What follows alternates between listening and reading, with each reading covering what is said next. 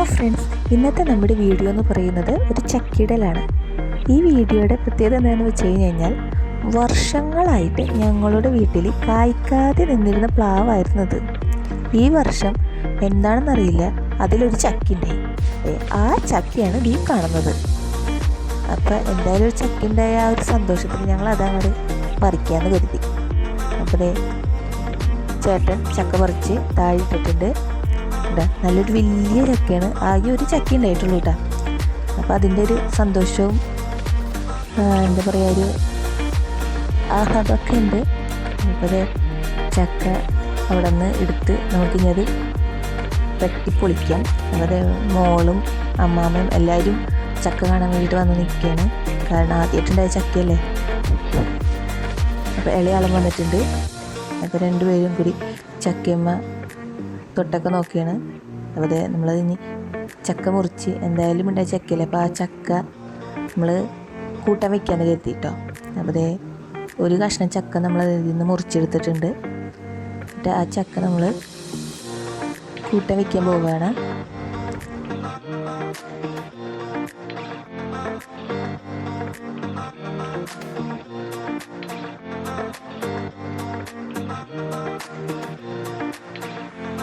ചക്കച്ചോള പൊളിച്ച് ഒരു മുറത്തിലേക്ക് ഇട്ട് അതിൻ്റെ പശയും ഞവണിയും എല്ലാം കളഞ്ഞ് വൃത്തിയാക്കി എടുക്കാൻ പോവുകയാണ്.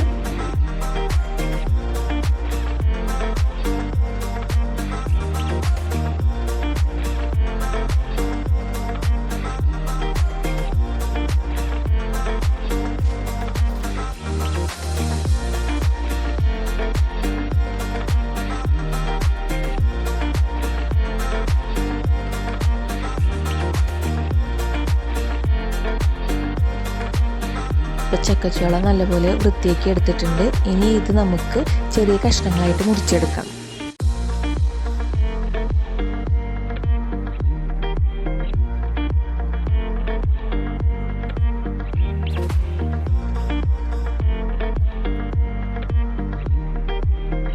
അപ്പോൾ ചക്ക കട്ട് ചെയ്യുന്ന സമയത്ത് മക്കൾ രണ്ടുപേരും കൂടി വന്നിട്ടുണ്ട്. അതിനകത്ത് തനു എന്നെ ഹെൽപ്പ് ചെയ്യുന്നുണ്ട് കട്ട് ചെയ്യാനായിട്ട്. ശേഷം നമ്മൾ കട്ട് ചെയ്തത് ഒരു കുക്കറിലേക്കിട്ട് കുറച്ച് മഞ്ഞൾപ്പൊടി, ഉപ്പ്, മുളക് പൊടി, അല്പം വെള്ളം കൂടി വെച്ച് ഒറ്റ വിസിലിൽ വേവിച്ചെടുക്കണം.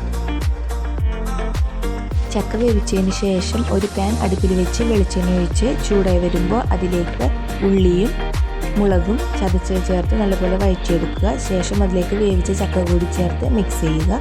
ഇപ്പോൾ നല്ലൊരു ചക്കപ്പുഴുക്ക് റെഡിയാണ്. ശേഷം ഇത് നമുക്ക് കഴിക്കാം. കൂടെ ഒരു കട്ടൻ ചായ കൂടി ഉണ്ടെങ്കിൽ അസലായിരിക്കും.